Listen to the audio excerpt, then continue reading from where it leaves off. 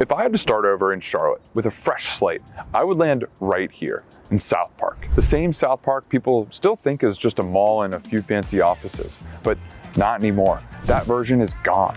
This place is straight up leveling up. Chef-driven dining, drinks at Bar One Lounge, the Cafe Monte brunch line is out the door, and a $21 million Symphony Park glow-up right behind me that's about to shift the whole energy of this area.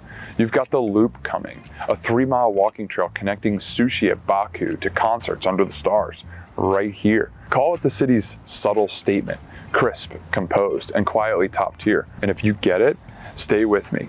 I'll make it obvious. Look, I don't hype up neighborhoods just because they look good on Zillow. Hot take, the story on SouthPark is outdated. It's not just a mall district anymore. It's Charlotte's quiet power move, visible but undervalued. Most people still picture polished storefronts like the ones behind me and office towers, but what's actually happening here, it's a totally different story. SouthPark is reinventing itself, shifting from car-clogged suburbia to walkable mini cities, wrapped in oak trees, rooftop patios, and that soft evening glow bouncing off the Symphony Park. You've got the Loop, this 3-mile urban trail connecting rooftops, cafes, and soon the park's $21 million facelift, with new restaurants, plazas, and that signature event lawn that's already pulling way more people. Attendance at community events has jumped close to 180%. Proof that it's not just hype, it's already in motion. There's even a free neighborhood shuttle that literally just drove by called the Skipper, running 9 to 9, so people can park once and move around car free.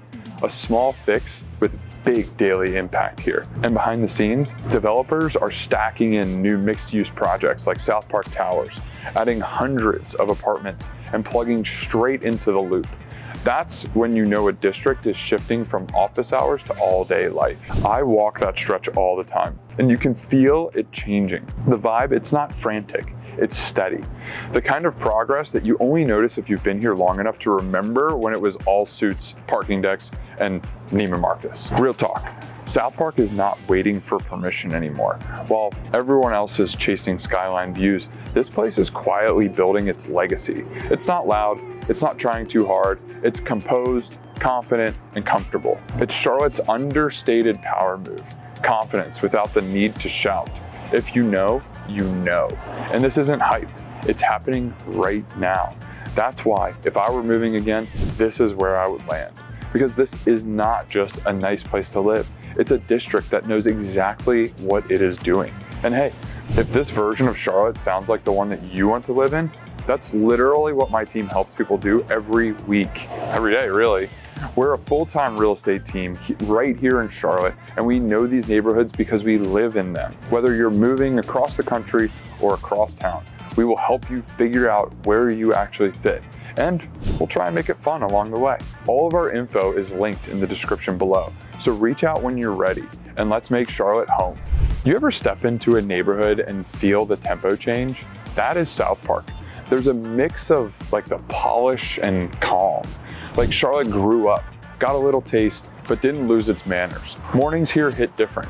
You've got the smell of espresso drifting out of Cafe Monte or Copain, sunlight cutting through the trees on Fairview, golden retrievers and monogrammed bandanas trotting past Gorman Market, and locals claiming their usual table before 8 a.m.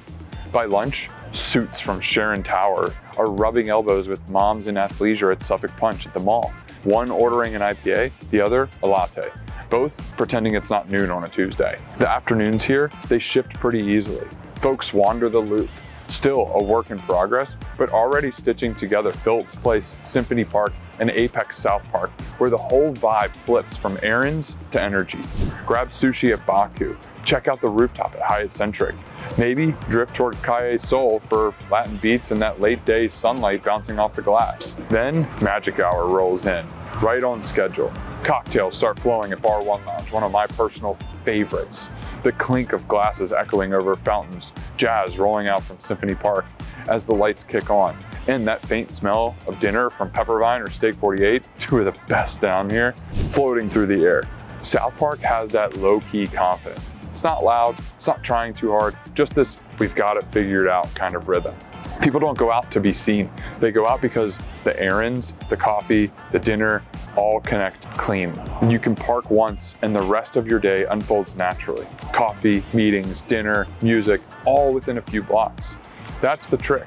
South Park doesn't compete with Uptown or South End because it doesn't have to. It's Charlotte's refined pocket.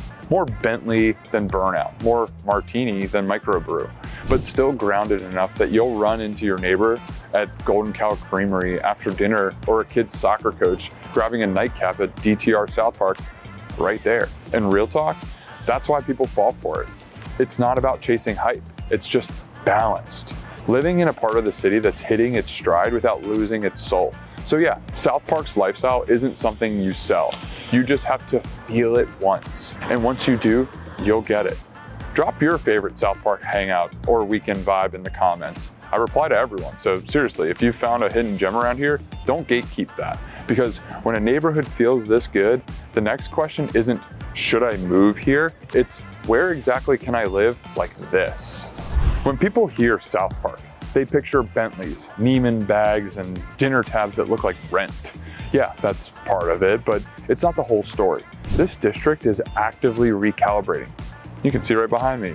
Old office sites are flipping into new homes. Maybe not this one, but the South Park Towers redevelopment just got the green light for roughly 300 apartments plus retail, connecting straight into the loop. So you can walk from your front door to Baku or Symphony Park without even touching your car. Over on Colony, Morrison, or Fairview, you'll find older mid-century homes and 90s homes tucked behind tree canopies. Not gated, not pretentious, just classic Charlotte charm that still puts you 5 minutes from everything. And yeah, there's some Bentleys, but there are also teachers, software engineers, and downsizers from Ballantyne who got tired of long commutes. You don't need Rolex money to live here. Real talk. Sit outside at Suffolk Punch, latte in hand, and you'll get it. Status by rhythm and not receipts. Add in the Skipper, that free local shuttle that loops from Phillips Place to Symphony Park, and suddenly South Park's more connected than half the city. Walkability is real now, the kind that folds errands into your flow, not your stress. South Park's not gated by income, it's gated by awareness. Because if you're only seeing the mall, you're missing the movement. The new South Park isn't about status, it's about balance, comfort, access, a life that actually works 7 days a week. You think it's already peaked? You're about to find out how wrong that take really is. All right, let's talk about the truths you figure out on Tuesdays and not during home tours. South Park looks perfect from a drone shot, but live here long enough and you'll see where it creaks. First off, traffic. Fairview and Sharon Road, those two are the undisputed champs of the Charlotte gridlock. At rush hour, it's like watching a luxury car parade that forgot how to move. You'll sit through 3 light cycles just to make a left, and there's always one guy acting like his horn's gonna open up a lane. Yeah, it's annoying, but that's what happens when every major road in the city leads to the same place everybody wants to be. And that not walkable label that people love to throw around, that's dated.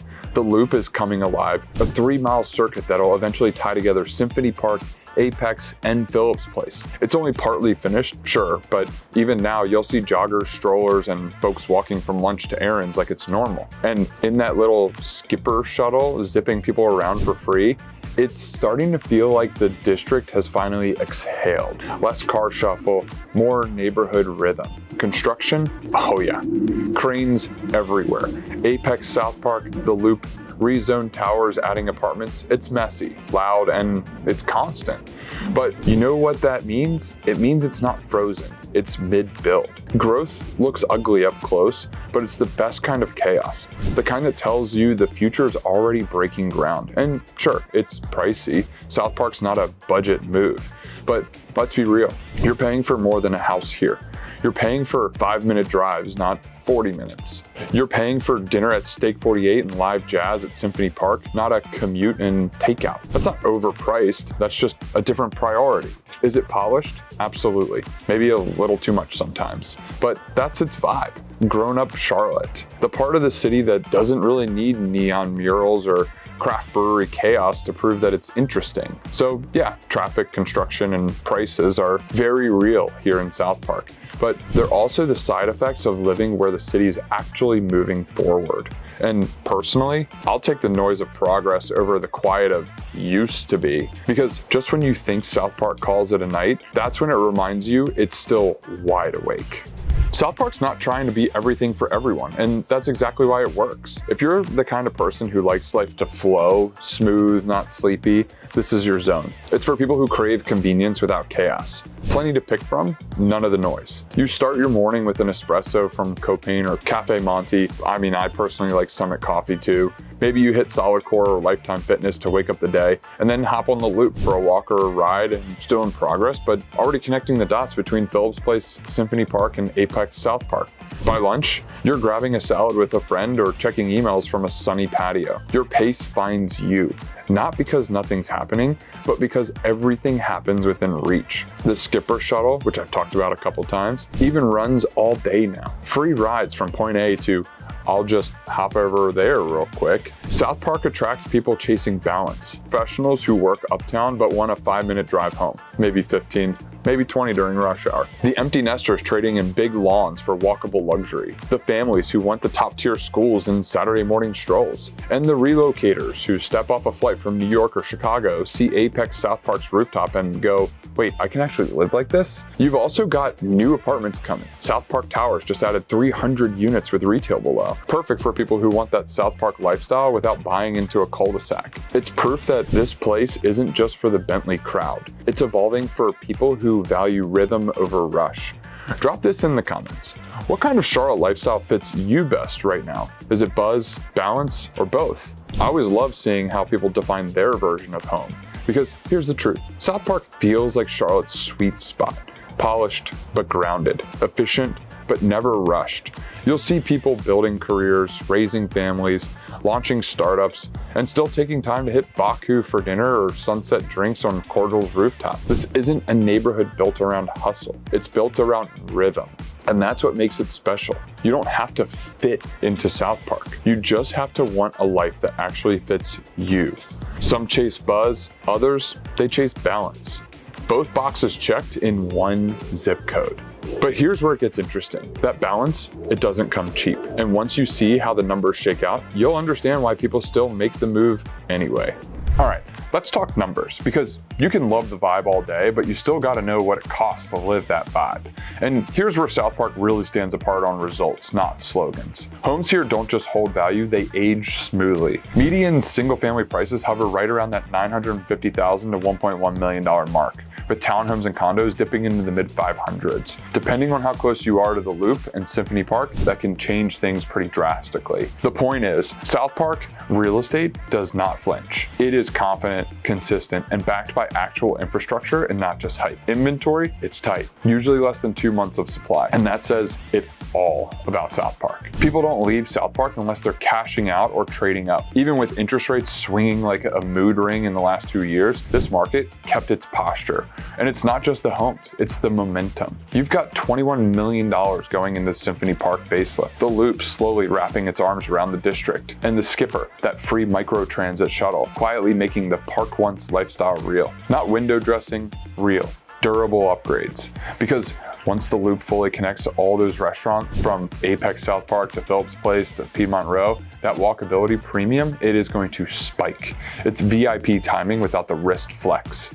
Even the rental market's picking up. New South Park Towers apartments are renting 15 to 20% above nearby submarkets, and that's before the Park and Trail projects land. Developers see what's coming. Investors see what's coming. If you're buying here, you're not chasing hype. You're catching compound growth. And here's the thing. Everyone keeps watching South End's skyline or Uptown's towers, but the smart money, it's quietly shifting south. Because South Park doesn't chase trends. It outlasts them. South Park costs more up front, yeah, but it costs less in regret.